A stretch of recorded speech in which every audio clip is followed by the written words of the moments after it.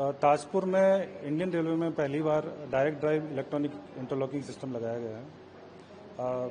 ये सिस्टम इसलिए विशेष हो जाता है कि इसमें जो सिग्नलिंग गियर्स है, जैसे कि सिग्नल हो गया, पॉइंट और ट्रैक, इनको डायरेक्टली फीड करता है और सेंस भी डायरेक्टली करता है। किसी रिले की जरूरत इसे नहीं पड़ती है। तो नंबर ऑफ रिले की संख्या कम हो गई है और जो कॉपर केबल हमारी बहुत सारी लगती थी, एक स्टेशन पर जैसे 100 किलोमीटर भी लग जाती थी, उसकी मात्रा भी कम हो गई है। शुरुआत की गई और क्या इसका कब से शुरू हुआ? ये ताजपुर स्टेशन पिछले वर्ष 8 नवंबर को कमीशन किया गया है और सबसे बड़ा एडवांटेज जो डायरेक्ट ड्राइव का ये है कि इसके नंबर ऑफ रिलेज कम है और कॉपर का यूज़ कम है, तो फेलियर्स के चांसेस कम हो गए हैं। ह्यूमन एरर, क्योंकि टर्मिनेशन कम है तो उसका भी चांसेस कम हो गए हैं। ये सिस्टम जो है, जो अभी लेटेस्ट सिग्नलिंग सिस्टम है, जैसे हमारा CTC हो गया, MSDC हो गया, कवच हो गया, उससे डायरेक्टली कॉम्पेटिबल है। इंडिया का पहला है ये इंडियन रेलवे का पहला सिस्टम है जो डायरेक्ट ड्राइव सिस्टम, जो इलेक्ट्रॉनिक इंटरलॉकिंग सिस्टम है। ये 8 नवंबर 2024 को कमीशन किया गया है।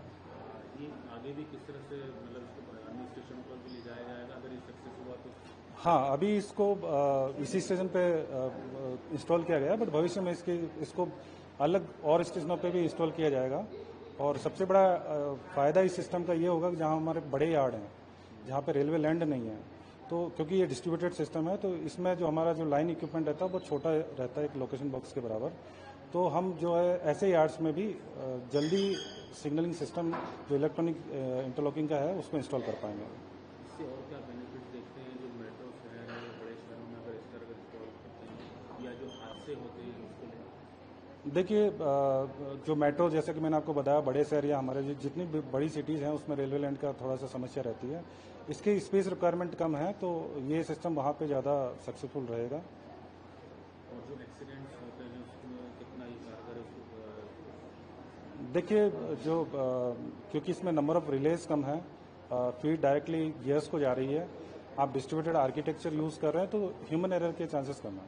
किस तरह ये काम करता है? इसमें डिफरेंट कार्ड्स होते हैं। जैसे सिग्नल ऑपरेट करने के लिए 2 तरीके के कार्ड होते हैं, AC card and SG card, और एक DC supply 24 supply relay operation के लिए जो रहती है वो उसका एक डिफरेंट कार्ड होता है। टेक्नोलॉजी कहाँ की है और इसके लिए क्या खास मतलब ट्रेनिंग दी गई है इसको ऑपरेट करने? यहाँ पे जो इस टेक्नोलॉजी जो क्योसन जापान से मतलब संबंधित है, तो उनके जो इंजीनियर्स हैं वो आए थे, उन्होंने ट्रेनिंग दी है हमारे स्टाफ को।